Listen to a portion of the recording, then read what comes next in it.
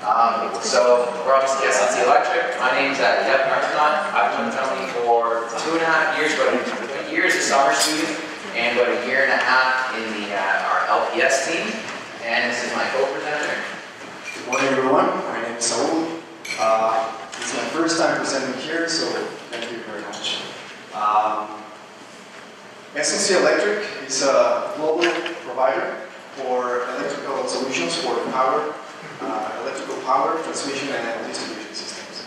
We mainly focus on providing solutions to our customers so that they can deliver power efficiently and reliably.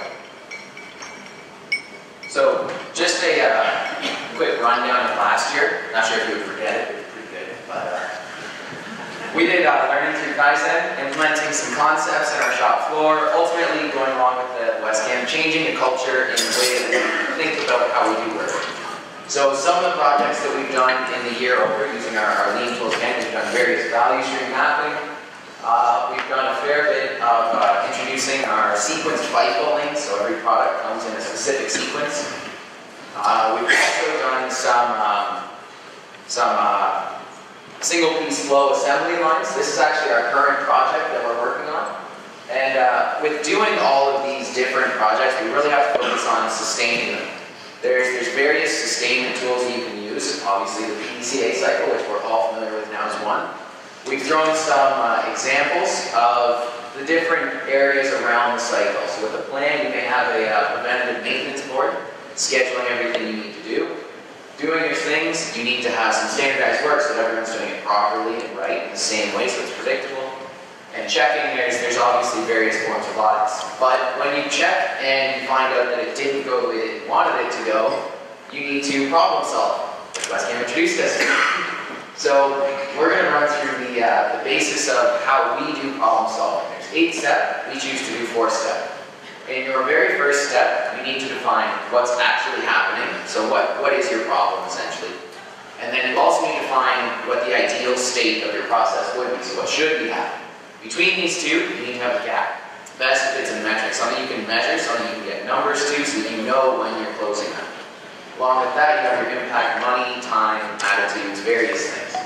From there, you go into your causes, where it happened, your point of discovery, your direct cause, which is essentially the same thing as your problem, your first clue that something's gone wrong, your 5 whys, which we're familiar with now, and then your root cause. Your root cause is either a lack of a standard, an inadequate system, so an inadequate standard as well, or people just aren't following the standard that you have in place. If you don't have one of these three, you probably haven't gotten to your true root cause.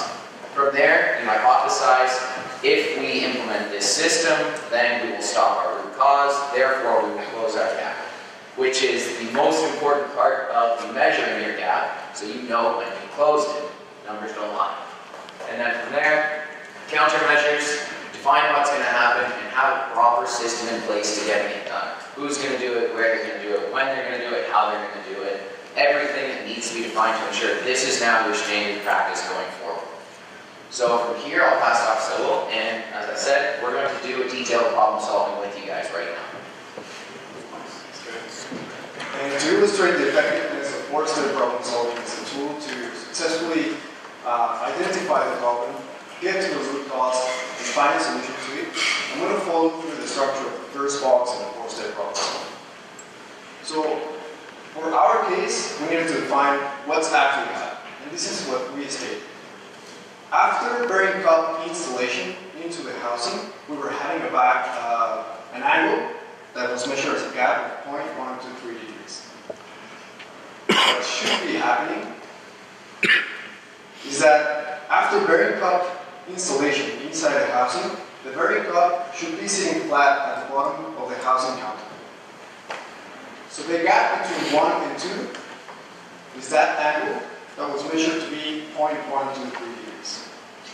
So what is the impact of this quality condition?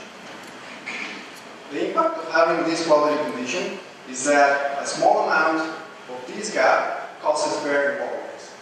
And the wobbliness, a small wobbliness at the bottom of the switch, is amplified at the top of the switch insulator, hence to the end of the blade, which is exactly where we want optimum electric contact. And not having these components aligned have a major impact on the power distribution system. Moving on to the second box of the fourth step, do I know the cause? Well, first of all, we need to start with the point of the story, which is going to be the baseline or the starting point where we're going to start our investigation and our analysis as to why are we experiencing this problem. For our case, our starting point was the financing switch line, where we started by asking questions and by asking why are we having this problem. And the answer to the first why gets us to the direct cause of the problem, which we said that internal bearing assembly components are misaligned. And why is that? Because the bearing cup is angled after it's installed. Continue to the third why. Housing material debris is trapped between the bearing cup and the back and shoulder of the bearing housing counterpart. Why are we getting that material pickup? Well, because the bearing cup installation process forces the cup inside the bearing housing by pressing it, so a purely mechanical force. So the answer to the fifth why is going to get us to the root cause of the problem, where we say, well, we have an inadequate system for bearing cup installation. So you see the difference in between the direct cause and the root cause of the problem. So what can we do about it? Well, let's move on to the third box. And in my personal experience, this is the most fun part of our four-step problem solving. In my personal experience, I find this box opens room for creativity and innovation. This is the box where we can see the light at the end of the tunnel. We can formulate hypotheses with an expected outcome. And this is what we stated as our if statement, where we say if we do this, then we're going to close the gap. And this is how it looks. If we heat expand the aluminum bearing housing using induction heating technology to install bearing cups into the bearing housing counterboard, then the bearing housing will expand to the point where the bearing cup can be dropped in free and will sit flat at the bottom of the housing counterboard. As the bearing housing cools down, the bearing cup will be shrunk fitted into the housing with a maximum interference of 39/10 thou when it's assumed that both components are at their maximum material condition. So this may sound very elaborate, but don't be discouraged, because it didn't look like this right at the beginning. It took us a few iterations of checking and adjusting our hypothesis to actually get it to this level. This is actually how it looked like right at the beginning. We said if we allow clearance between the housing and the bearing cup, then the bearing cup will sit flat and will eliminate any material pickup while the cup is being driven down into its place. And the fourth box of the four-step problem solving, this is where we actually took actions. And this is how we're going to be spinning our PDCA cycle. So we decided to experiment. And at the very end, we were able to load one bearing cup and an insulated material holder, rest the housing on top of that ring, position those parts inside an induction coil that went around the housing, and actually we were able to load the second cup inside the housing, expecting one single shot of induction heating for having both rings collapsing at the same time.